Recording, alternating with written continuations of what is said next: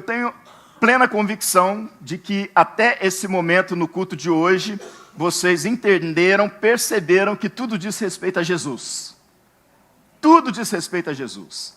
As canções entoadas, as orações feitas em nome de Jesus, tudo diz respeito a Jesus. E a pergunta que eu quero fazer para você nessa manhã é: você é discípulo de Jesus? Você é um discípulo de Jesus? Nos últimos domingos, trouxemos aqui uma palavra para a igreja no sentido de que, como discípulos de Jesus, por mais lícito que sejam as nossas preocupações com o momento em que vivemos como imigrantes nessa terra, Deus cuida de nós. A ênfase das duas últimas pregações da série Discípulos foi exatamente trazer à nossa memória de que, a despeito de quaisquer situações complexas que nós tenhamos que enfrentar, Deus cuida de nós. Fizemos um convite à igreja a temer a Deus e não aos homens. Falamos que as lutas são inevitáveis, como as tempestades são inevitáveis, mas que todas as lutas têm um momento para começar e um momento para terminar. E é Deus quem põe fim às lutas e às tempestades da vida. Portanto, o convite é: confiemos no Senhor, confiemos em Jesus.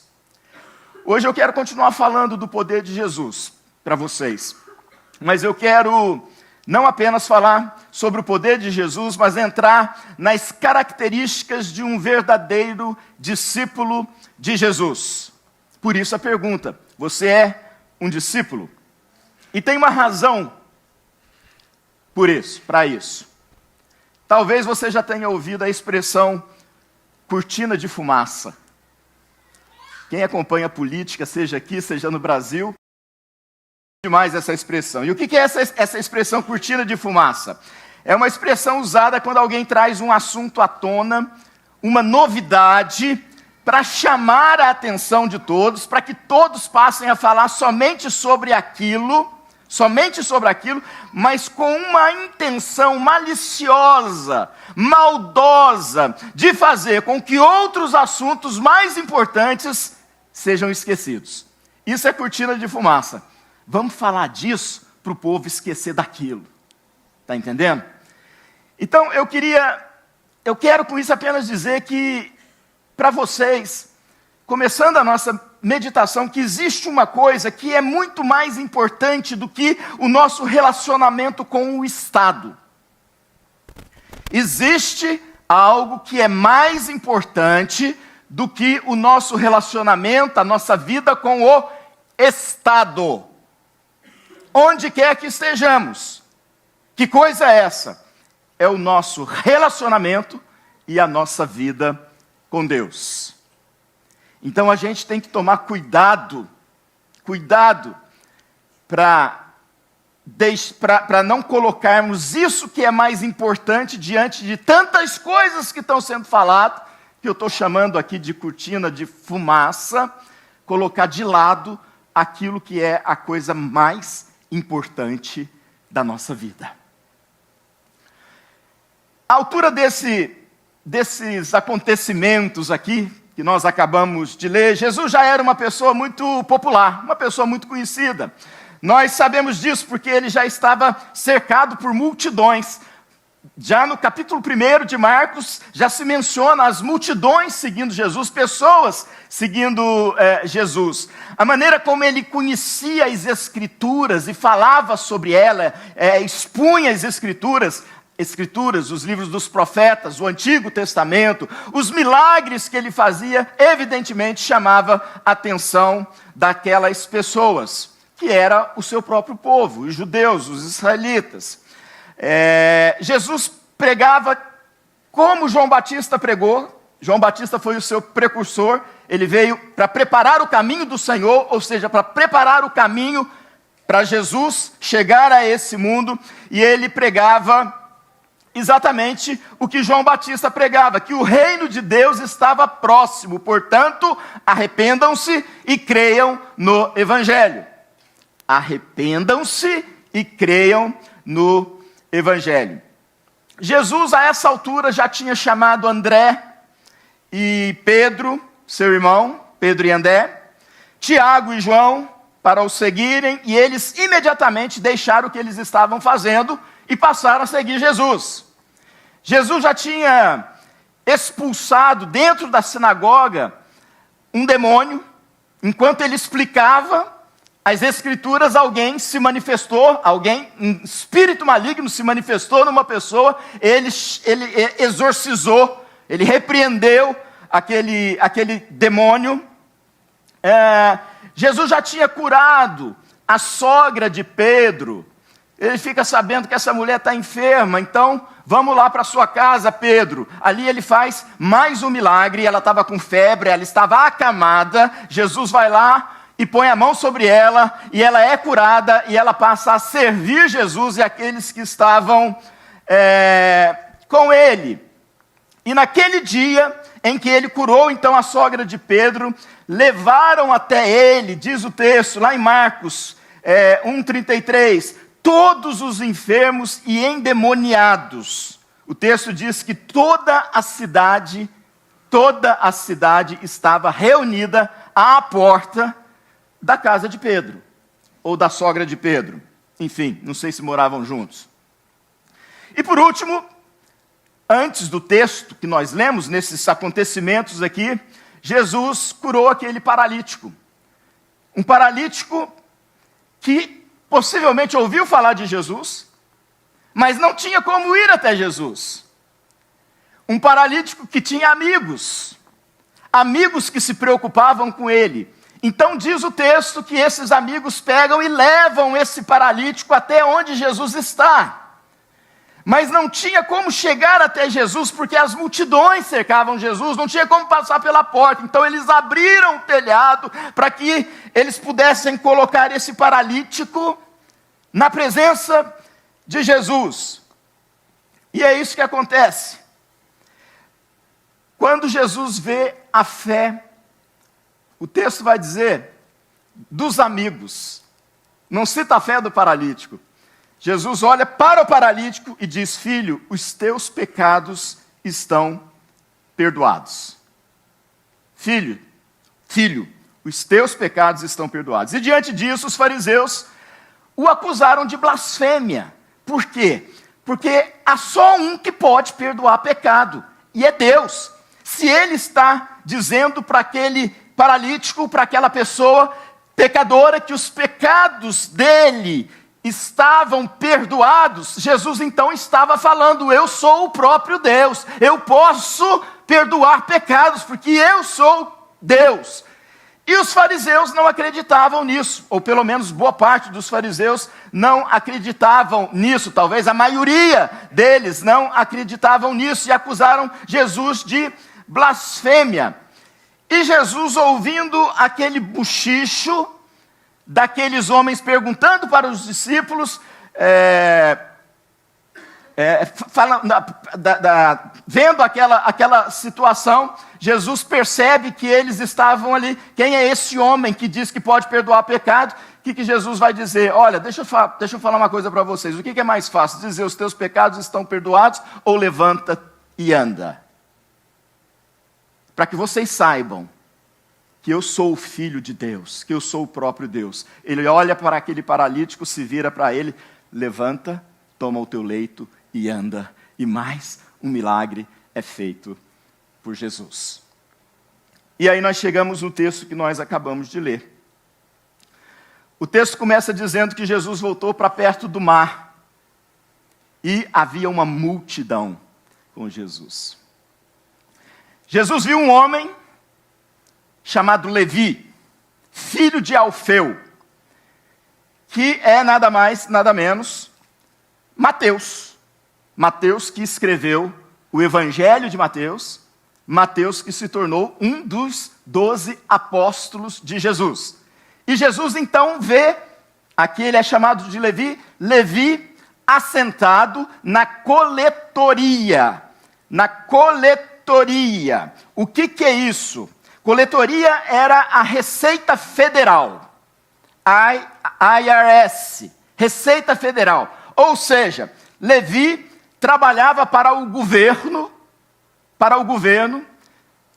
o rei Herodes, ele era trabalhava para o rei Herodes, mas o povo em si estava dominado por Roma.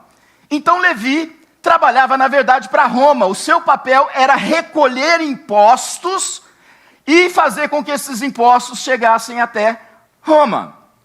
E por causa dessa função, não apenas dele, todos os cobradores de impostos são chamados publicanos.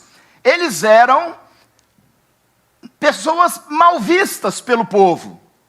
Ora, judeu como todos os demais, cobrando impostos, para falar a verdade, chegava ao ponto de serem odiados. Por quê? Porque não cobravam apenas aquilo que talvez seria justo, mas eles podiam aumentar impostos. E eles faziam isso com frequência. E eles faziam isso com o intuito de se enriquecerem. De modo que quando nós falamos de cobradores de impostos, de publicanos, nós estamos falando de pessoas bem-sucedidas na vida, servindo não ao seu próprio povo, mas a Roma, e se enriquecendo de forma ilícita. Jesus olha para aquele homem, nessas condições, um servidor público, possivelmente corrupto, e vai e diz para ele uma única palavra: segue-me. E a Bíblia diz que ele se levantou e o seguiu. No versículo 15, Levi resolve levar Jesus para a casa dele. Como eu acabei de dizer, era uma pessoa de bens. Ele resolve levar Jesus para a casa dele. Você talvez já tenha ouvido uma história muito parecida de um outro publicano chamado Zaqueu, que subiu na árvore para ver Jesus, e Jesus falou: desce daí, Zaqueu, porque hoje eu vou comer na tua casa. E Zaqueu então leva Jesus para a casa dele. Aqui Mateus está fazendo isso agora. Mateus, ou Levi, leva Jesus para sua casa, coloca Jesus na sua mesa. Eu fico imaginando, talvez, colocando Jesus numa cadeira de honra, numa posição de honra, né? Mas o texto vai dizer que muitas pessoas estavam com Jesus. Então não foi apenas uma refeição, talvez na hora do almoço, talvez na hora do jantar, não sei, né? Mas na verdade Levi deu uma festa, porque tinha muita gente. E Mateus ouviu uma única palavra de Jesus: segue-me. E ele então abandona aquilo que ele estava fazendo, deixa de fazer aquilo que ele estava fazendo, diga-se de passagem, algo muito bom para ele mesmo, e decidiu seguir Jesus e leva Jesus para sua casa, e ali ele dá uma festa. Irmãos, o que está acontecendo? Jesus está sentado com publicanos e pecadores. O que significa que Levi chamou seus colegas de trabalho. Não era o único publicano. Ou seja, reuniu a turma toda. E também diz pecadores. Jesus estava numa mesa, comendo, celebrando, festejando, com publicanos que eram odiados pelo seu próprio povo e por outras pessoas, não poucas, porque a Bíblia diz multidões, chamadas de pecadores. Jesus com os publicanos e com os pecadores. Nós já falamos o que é um publicano, é um cobrador de imposto. E o que é pecador aqui? Quando Marcos escreve, e os evangelistas falam dessa questão de Jesus estar com os pecadores, não estão falando de gente que matou alguém, de gente que tinha o hábito constante de roubar as pessoas, de viver uma vida de crime. Na verdade, o que está acontecendo aqui é o seguinte: é porque muito da lei de Moisés, que era a lei que deveria ser obedecida pelo povo de Deus, estava sendo, por parte desses fariseus, distorcidas. E é o que Jesus vai chamar de tradições humanas. Jesus não quer que o seu povo viva em função de tradições humanas. Então eles davam as suas próprias interpretações, e exigiam que o povo cumprisse aquilo, mas o povo não conseguia cumprir à risca todas as coisas que eles exigiam. E então esses fariseus chamavam estas pessoas de pecadores. Quando é que surgiu o fariseu? Existe um período na Bíblia, aliás, fora da Bíblia, que é entre o Velho Testamento e o Novo Testamento, entre Malaquias e Mateus. São 400 anos, 4 séculos, conhecidos como 400 anos de silêncio, porque não havia profeta em Israel. Durante aquele tempo se levantou uma família, uma dinastia, que é a família dos Macabeus. Os Macabeus se revoltaram contra o domínio de Roma, e eles então começam um motim, uma revolta, uma rebelião, visando a libertação de Israel do domínio romano. E então, os fariseus vão nascer a partir desse momento com essa família que se tornam pessoas extremamente legalistas, exigentes, e a distorção da lei começa exatamente com essas pessoas. Agora, 4 séculos depois, ou muito tempo depois, quando Jesus chega, né, esses fariseus já estão consolidados como líderes de Israel, aqueles que precisavam cuidar do povo de Deus, da vida espiritual do povo de Deus. Só que eles estavam corrompidos pelas suas próprias invenções, pelas suas próprias interpretações que começaram lá nesse período intertestamentário, entre Velho e Novo Testamento. Então, nós estamos vendo aqui que essas pessoas, né, esses pecadores, eles se sentiam indignos diante de Deus, justamente porque não conseguiam cumprir ou obedecer à risca essas tradições dos líderes religiosos, dos escribas e dos fariseus. Muito bem. Só aí a gente já tem uma lição, né? Porque tudo isso acontece dentro do povo de Deus. O cuidado que a gente tem que ter com quem a gente está ouvindo. O que a gente está ouvindo? Porque hoje a gente ouve o pastor da igreja pregar no domingo, ouve o fulano de tal na segunda-feira de outro lugar, na terça vai para uma outra pessoa, na quarta vai para uma outra pessoa, na quinta vai, na sexta vai, é no carro, é em casa. A gente tem que tomar cuidado com o que a gente está ouvindo e com quem a gente está ouvindo. Porque desde os tempos remotos há pessoas distorcendo a palavra de Deus. A palavra de Deus, meus irmãos, é a nossa única regra de fé e prática. Mas a palavra de Deus, ela não promete para nós só bênção, no sentido de que é só coisa boa. Não, ela fala de tempos difíceis. Por isso nós falamos domingo passado sobre tempestades. Ela fala que isso acontece. A palavra de Deus fala que Deus tem todo o poder para fazer o que Ele quiser. Mas ela fala também que Ele é soberano para decidir fazer o que Ele vai fazer. Então, quando você fica aí ouvindo só gente falando que Deus vai fazer, que Deus vai resolver, porque Deus ama, Deus ama, Deus pode fazer, Deus vai fazer, isso é verdade, mas não é a verdade inteira, completa. É meia verdade. E meia verdade, na minha opinião, é mentira. Então a gente tem que tomar cuidado, porque desde os tempos antigos, esse tipo de coisa acontecia.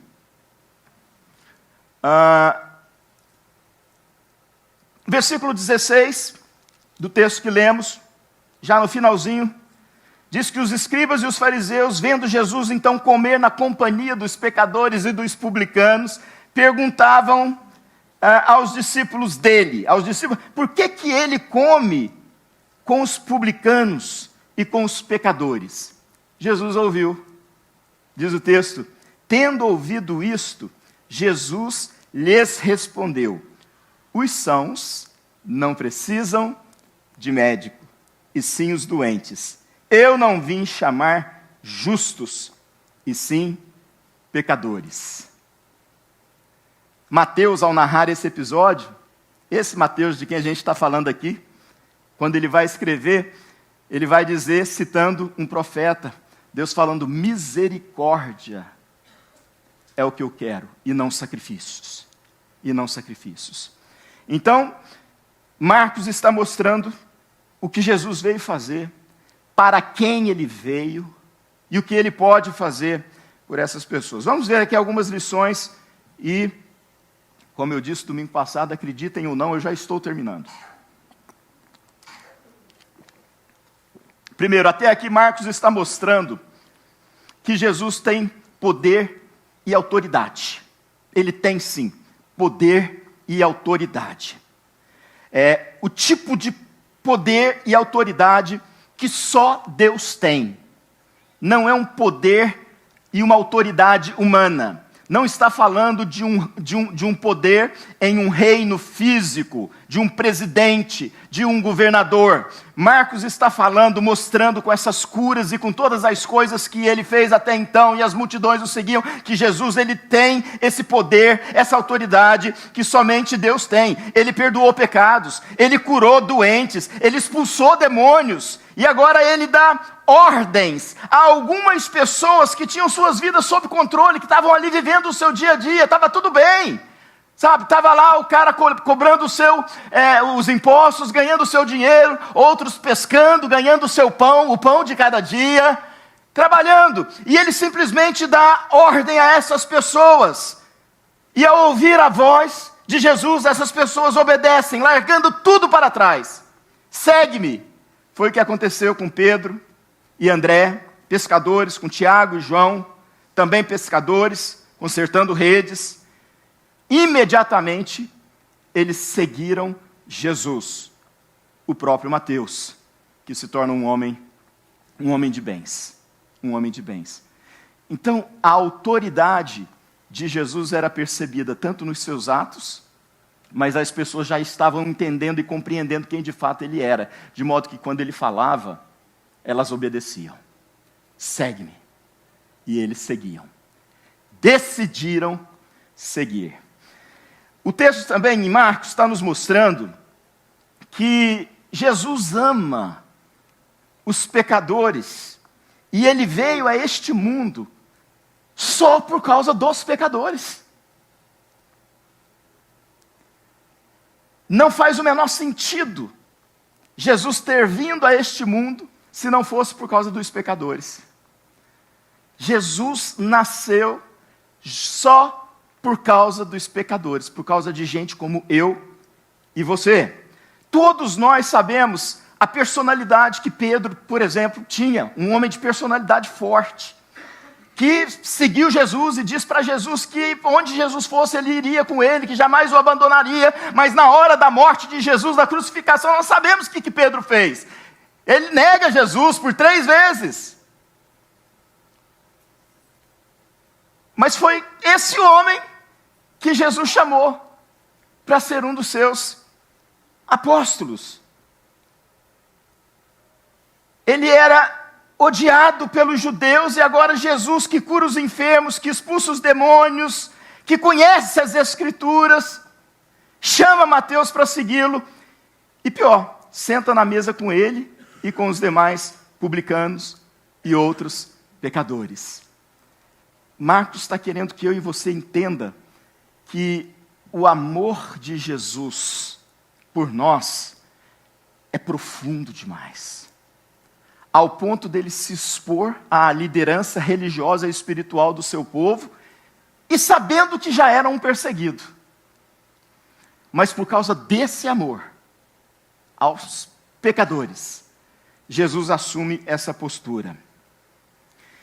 Em terceiro lugar, Jesus veio a esse mundo, e Marcos está nos mostrando isso, por causa dos pecadores, e Jesus ama os pecadores. Bom, isso não foi em segundo lugar? Foi, isso foi em segundo lugar. Mas para eu falar o que eu vou dizer agora, em terceiro lugar. Por quê? Porque quando Jesus nós estamos vendo aqui a Bíblia falando que Jesus ama os publicanos, os pecadores, ou que ele veio para os pecadores, ele veio para quem é doente, e aqui o doente está falando de pecado, de doença espiritual, não de quem é santo, não de quem se acha perfeito, não de quem se considera a melhor pessoa do mundo, não de quem é soberbo, não de quem é altivo. Jesus está falando exatamente sobre isso, desses pecadores. Então, quando ele está falando de pecadores, e agora ele começa a chamar pessoas, né? Ele está falando da sua própria igreja. Ele é a rocha sobre a qual a igreja seria estabelecida. Não é Pedro, não é o Papa, é ele, Jesus. Então ele começa a falar exatamente o quê? Que a igreja que é dele é feita de pecadores e não de pessoas perfeitas. Igreja é lugar de pecador e não de gente perfeita. Ele está dizendo que se a igreja é um lugar de pecador e ele veio para esses pecadores, a igreja não é lugar para quem se acha melhor do que o outro, quem se considera melhor do que o outro, quem se acha que é mais santo e mais puro do que o outro. Não, a igreja não é lugar para quem tem esse tipo de pensamento. Ele está dizendo que a igreja não é um lugar de pessoas soberbas, superiores, que se consideram superiores. Ele está dizendo que a igreja é lugar de pecadores, ela é formada por pecadores, é lugar de gente que se sente gente, é lugar de gente que conhece a sua própria humanidade. Muitas das vezes a gente acha que a gente precisa, depois de ouvir Jesus nos chamando pelo nome, como ele chamou Levi e tantos outros, que a gente precisa se preparar primeiro. Ou seja, que a gente precisa deixar de fazer um monte de coisa para a gente poder ser de Jesus, andar com Jesus, caminhar com Jesus. E Jesus não está mostrando isso daqui. É óbvio que eu não estou falando que não há um chamado à obediência, um chamado à santidade, mas eu estou nesse texto falando do que esse texto traz para nós hoje. Então, irmãos, a igreja é assim. O discípulo de Jesus precisa entender que talvez hoje ele esteja numa posição onde ele vai estender a mão para uma pessoa, para um discípulo que caiu espiritualmente, que pecou, que talvez esteja distante. O discípulo precisa entender isso, que gente é gente, ser humano é ser humano, com todas as suas fraquezas, inclusive dentro da igreja. Inclusive dentro da igreja. Aliás, é dentro da igreja que cai em pecado. É quem está na igreja que se desvia do caminho. Não faz sentido, é só quem está na igreja. Então, o discípulo de Jesus, se quer ser como o seu mestre, precisa entender que ele não veio para os justos, ele não veio para os bons, ele veio para os pecadores, ele veio para os doentes, para os doentes. Então hoje, se você está bem, que legal. Então você, ao olhar para a vida de um, do outro, cuidado com as conclusões que você chega. Porque o que em inglês fala supposed to do, né? O que na verdade a gente precisa, o que a gente acha, não, o que a gente tem que fazer, de fato, é o quê? É estender a mão para essa pessoa e ajudá-la, independente da situação em que ela esteja. Por quê? A igreja é de pecadores. Amanhã pode ser que esta pessoa que foi julgada, que foi abandonada, que foi esquecida, mas aí alguém, um discípulo verdadeiro, foi lá, estendeu a mão e trouxe de volta.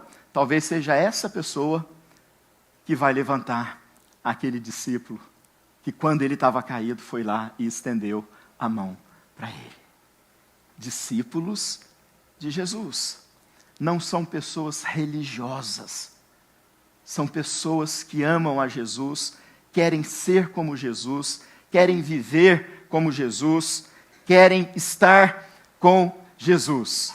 E eu quero pedir para você se levantar nesse momento, porque eu tenho 5 frases para ler para você, que são 5 características de um verdadeiro discípulo de Jesus. Primeiro, ele é chamado por Jesus e passa a segui-lo, ou a seguir Jesus, em seus ensinamentos.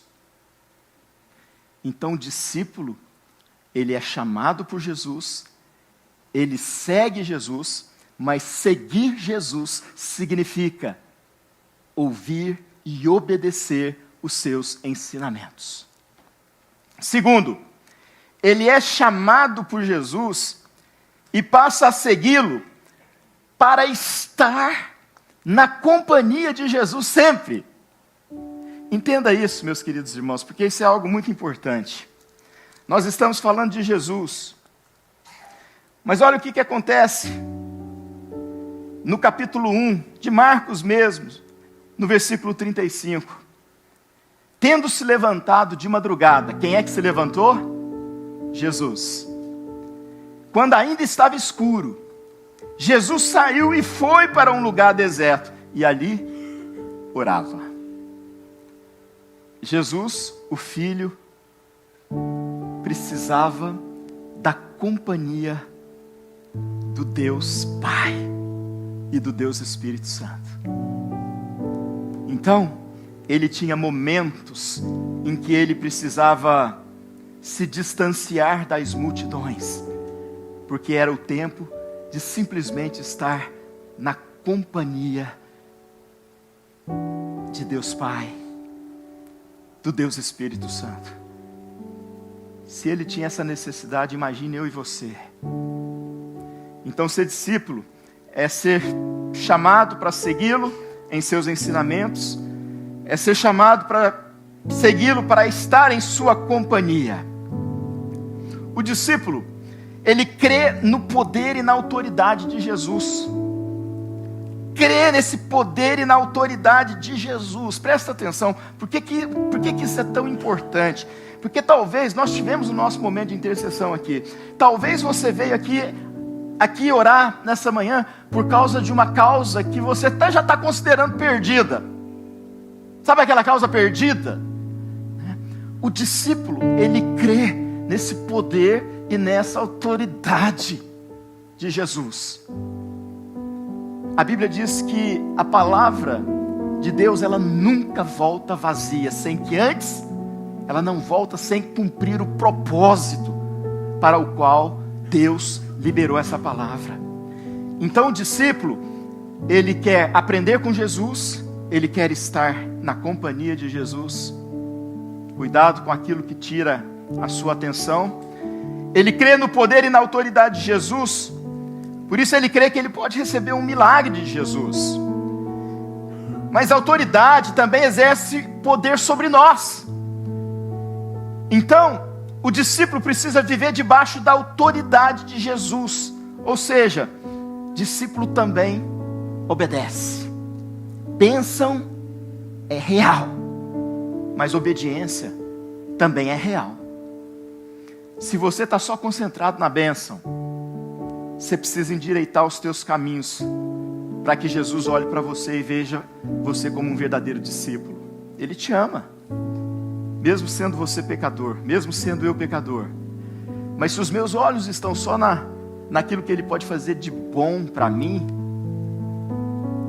e eu estou ignorando a obediência, você precisa endireitar os seus caminhos, para que Ele olhe para você e diga: esse é meu discípulo, essa é minha discípula. Satanás vai o tempo todo, está o tempo todo tentando acusar a mim e a você. E às vezes ele tem razão nas coisas que ele faz. Mas quando ele foi à presença de Deus para acusar Jó, o que Deus falou para ele? Jó é meu servo, um homem íntegro e reto. Satanás quis jogar com Deus, mas o Senhor só abençoa ele. Quando tudo está bem, fica mais fácil, né? Tira. Tira. E aí as coisas foram acontecendo, vocês conhecem a história. Fato é que o verdadeiro discípulo, ele se agarra nas bênçãos de Deus, mas ele também se preocupa em obedecer a Jesus. O discípulo é um ajudador daqueles que estão sofrendo. O discípulo de Jesus é um ajudador, é um companheiro na caminhada. Vem à igreja, mas fecha os olhos para o que está acontecendo à sua volta, para o que está acontecendo com o irmão que está sentado ao seu lado. É religioso, é o que os fariseus gostam, é o que os fariseus aplaudem. Mas o discípulo não. O discípulo, ele olha para o lado, ele se importa e ele quer ajudar. O que eu posso fazer por você? Se é problema de pecado, meu irmão, deixa eu orar com você. Você precisa se levantar.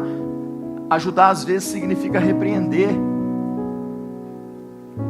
mas é preciso. O discípulo de Jesus faz isso, porque Jesus olha para o pecador e ele fala: eu vim por causa de você. A gente tem que fazer a mesma coisa, a mesma coisa.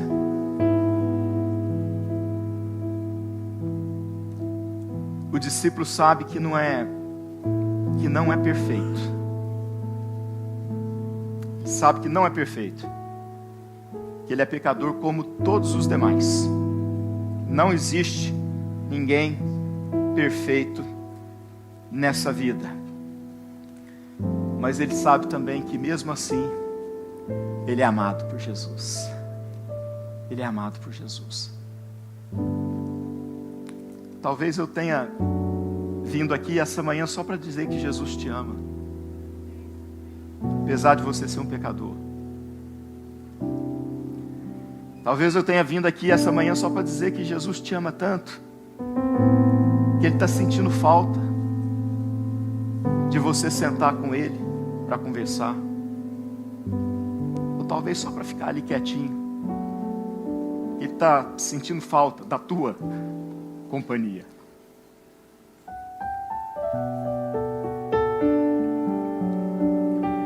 Há 3 coisas básicas que te impedem de ser um discípulo verdadeiro de Jesus. A primeira delas é você querer viver de qualquer jeito ou do seu próprio jeito e não do jeito de Jesus. Isso está relacionado em aprender e obedecer a Jesus. A segunda é você se sentir autossuficiente. Lembre-se que os sãos não precisam de Jesus, somente os doentes que precisam de médicos. Ele não veio para os justos e sim para os pecadores.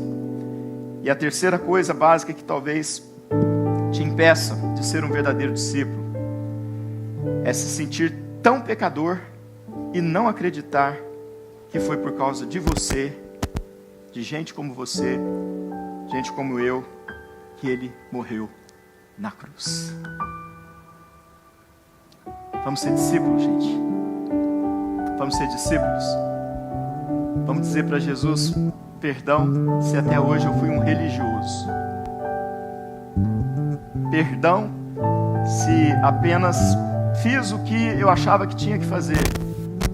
Mas a partir de hoje, eu quero ser um discípulo aprovado.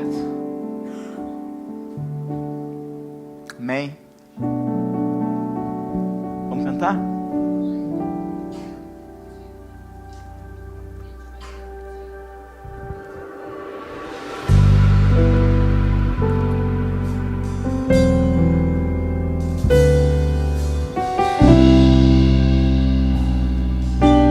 Eu não vou chamar você para vir à frente de novo, tá bom?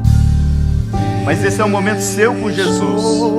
Enquanto cantamos, é o seu momento com Jesus. Ele está aqui. Talvez você tenha que falar: Jesus, eu quero ser seu de verdade, porque você não entendeu isso ainda, que Ele quer ser o seu dono.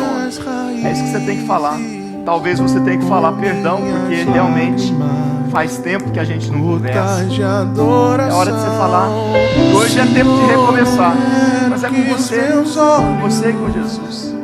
Tantas outras coisas podem estar passando aí na sua cabeça nesse momento é com você e com Jesus. Você pode sair desse lugar hoje com a sua vida resolvida com Jesus. Resolvida. Porque chamado você já foi. Chamado você já foi. Você já ouviu essa voz?